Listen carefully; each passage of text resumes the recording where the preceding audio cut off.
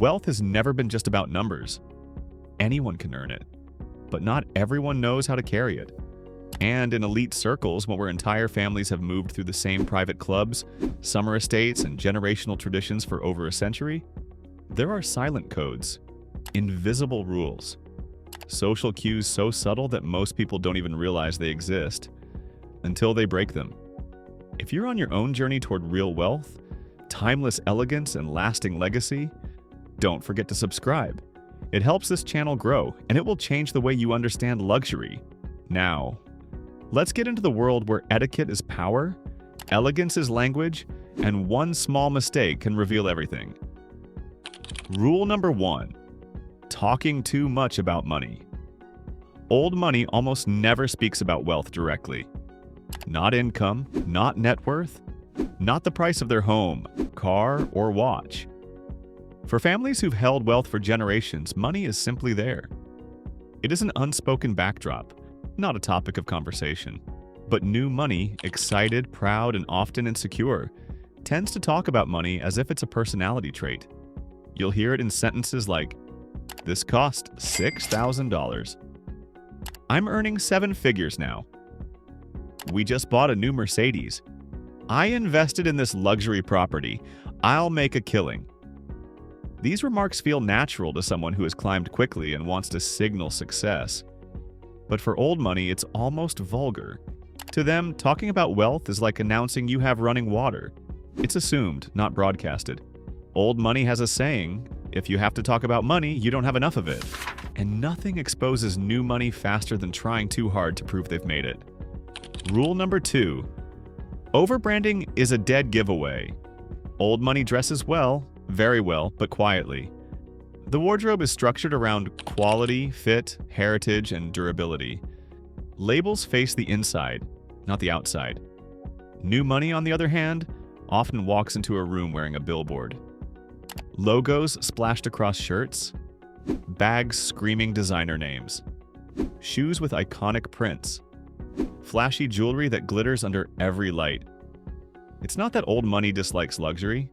They adore quality craftsmanship. But to them, the loudness of logos feels like shouting in a library. Disruptive, unnecessary, insecure. A $300 cashmere sweater that fits perfectly is more impressive to them than a $3,000 logo hoodie. In their world, subtlety signals confidence. Flashiness signals the opposite. Rule number 3. Oversharing personal details.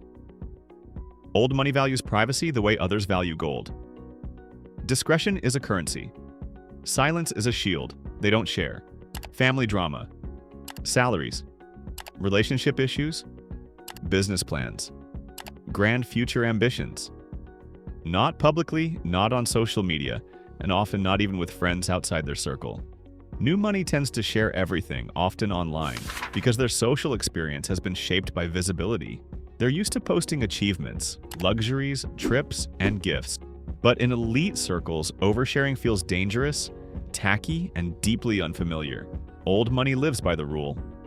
You protect what you value. New money exposes it. Rule number 4. Making every gathering about themselves. There is a unique calmness in old money social behavior. Conversations are gentle, controlled, and often understated. You won't see them dominating the room, bragging, or interrupting someone mid-sentence. New money, particularly those new to high status, may try to prove their worth socially. They retell success stories. They try to impress. They speak loudly as if volume equals importance. But in elite environments, subtlety is status. People who perform too much instantly stand out. Not in the way they wanted. Old money respects those who listen more than they speak, show curiosity instead of ego, ask thoughtful questions, let others have the spotlight. Power doesn't need to announce itself. It simply exists. Rule number 5. Treating staff poorly.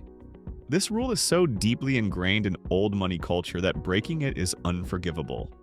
Old money families have been served by household staff, drivers, nannies, gardeners, and hospitality workers for generations.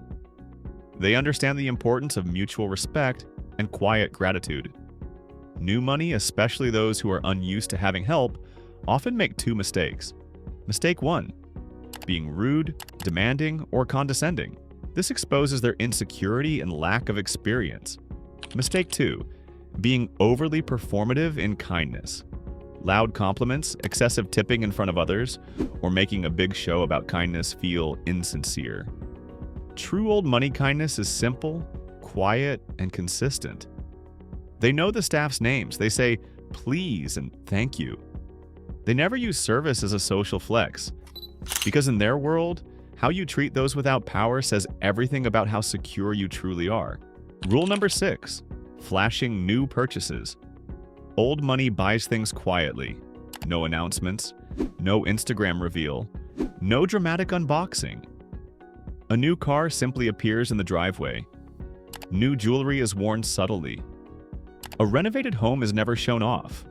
New money often wants acknowledgement. They desire applause. And so they announce upgrades, purchases, or wins because it validates the climb. But in old money culture, needing recognition is a sign of social infancy. They don't buy to impress. They buy because it fits their life. The ability to enjoy luxury privately is a status symbol in itself. Rule number 7, misreading the tone of luxury spaces. Old money knows that elite environments, private clubs, historic hotels, members-only lounges, operate with a specific energy, calm, measured, and understated. Voices stay soft, movements are intentional, and social displays are minimal. New money often enters these spaces with the same energy they'd bring to a trendy restaurant or nightlife spot, talking loudly, laughing dramatically, taking photos and videos, ordering the most expensive item as a flex, trying to be noticed. But old money's goal is the exact opposite: to blend in, to maintain peace, to keep the environment exclusive by remaining discreet. Nothing exposes new money faster than treating a heritage space like a personal stage. Rule number 8, too much jewelry, too much shine. Old money jewelry is usually delicate, inherited, antique, or vintage. Understated, you're meaningful. New money jewelry often aims for visibility. Large diamonds, bright gold-stacked statement pieces, oversized watches, matching sets for every outfit, multiple rings worn all at once. Old money tends to wear one intentional piece: a wedding band, a simple gold necklace, a family bracelet. New money layers sparkle like armor, hoping it signals status. In old money circles, nothing signals insecurity like overshining. Rule number 9, not knowing when to stop talking. Conversation is an art form in high society circles. The ability to speak briefly, thoughtfully, and with control is respected deeply. New money often tries to over-explain themselves, giving too much detail, turning every story into a dramatic moment, going on long rants, bragging unintentionally, overselling their accomplishments. Old money learns from childhood to keep their emotions and their words contained. They know when to pause. They know when not to finish a sentence. They understand the weight of silence. Talking too much, too loudly, or too emotionally is a quick giveaway that someone is still adjusting to their new social environment. Rule number 10, treating luxury as entertainment, not lifestyle. For old money, luxury is a background setting, a natural part of their life, not a special event. A yacht is transportation. A butler is staff. A luxury hotel is a familiar environment. A fine dining restaurant is just dinner. New money tends to treat luxury like an attraction. Taking photos of every dish, reacting with exaggerated excitement, narrating everything as if for social media, constantly comparing prices, pointing out that things are expensive. Old money does not react. They don't gawk. They don't point. They simply are. To them, luxury isn't a performance. It's Tuesday. Rule 11, trying to buy in instead of building relationships. New money often believes money is enough to gain acceptance. But in old money circles, money is the least interesting thing about a person. What matters is character, manners, reputation, steadiness, humility, shared values, quiet confidence, family legacy, contributions to the community. You cannot buy your way into a family legacy. You cannot rush your way into generational circles. You cannot force belonging. New money often tries too hard. Lavish gifts, big gestures, financial generosity, hoping to prove themselves. But old money values comfort over spectacle, consistency over generosity, character over displays. Rule number 12, mistaking networking for friendship. Many new money individuals meet people and instantly assume they're friends. They'll call after one meeting, invite someone to their home, or overshare on the first interaction. Old money relationships develop slowly, sometimes over years. They build trust gradually. They don't invite people to their homes easily. They don't mix personal and social circles quickly. They observe before they include. New money moves fast. Old money moves intentionally. This difference is one of the easiest social cues that elite circles notice. Rule number 13, confusing wealth. With class is not money, class is behavior. This is the core unspoken rule that separates old money from new. Class is grace, restraint, self-control, generosity without performance, intellect without arrogance, success without showmanship, kindness without spotlight, confidence without noise. Many new money individuals try to act wealthy. Old money simply is. This difference reveals itself immediately, even in small gestures. The way they speak, the way they greet a waiter, the way they walk into a room, the way they listen, the way they react to stress. Money can change your environment. Class changes you. And that is something money alone can never buy. Rule number 14, showing off knowledge instead of demonstrating it naturally. Old money grows up surrounded by culture, art, history, literature, classical music, travel, architecture, etiquette, and global awareness. None of it is performed, it's simply woven into their upbringing. New money often learns these things later in life and tries to showcase it.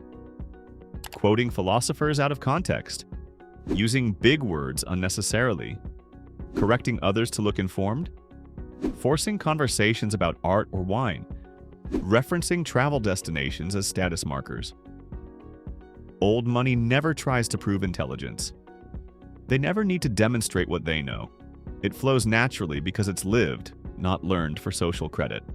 In old money circles, the moment knowledge turns into performance, it becomes obvious.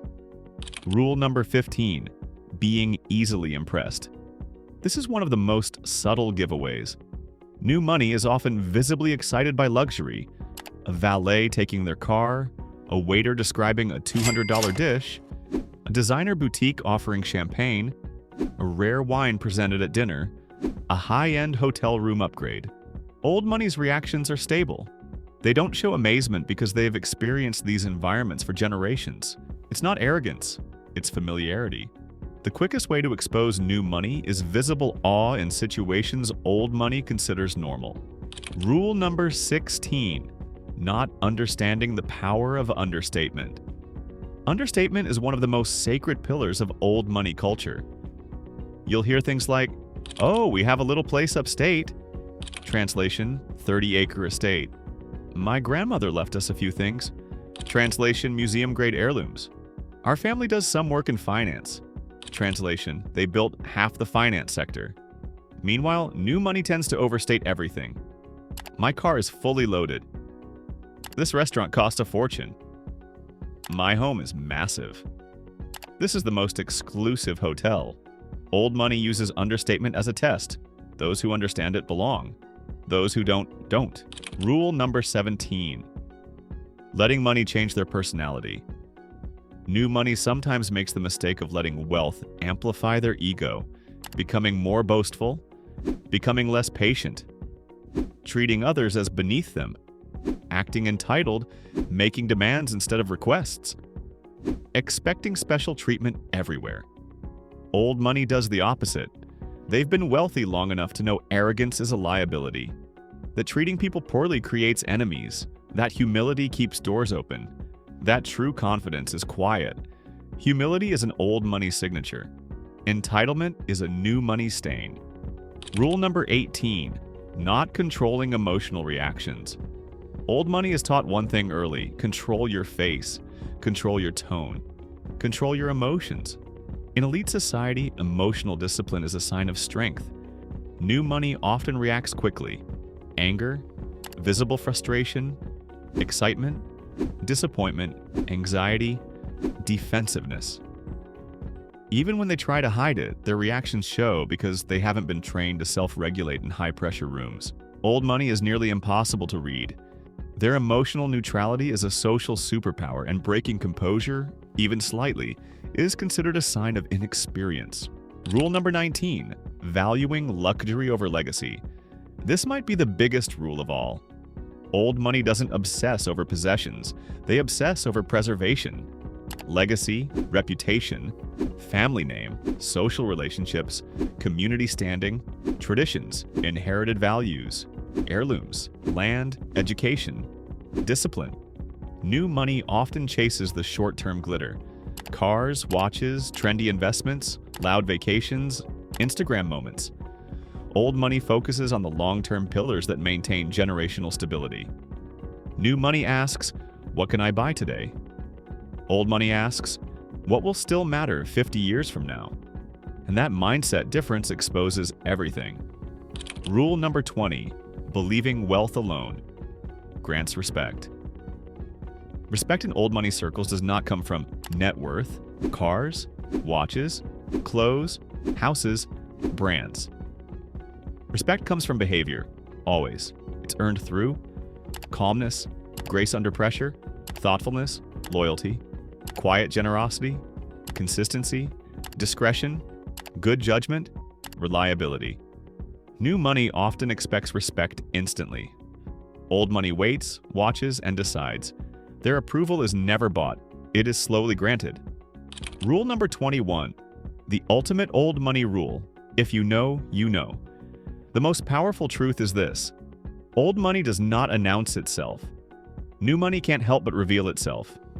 Old money moves in silence. New money moves in noise. Old money sees status as background. New money treats it as a performance.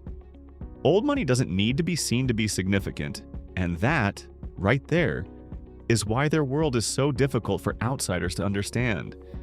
Because belonging has nothing to do with wealth and everything to do with behavior.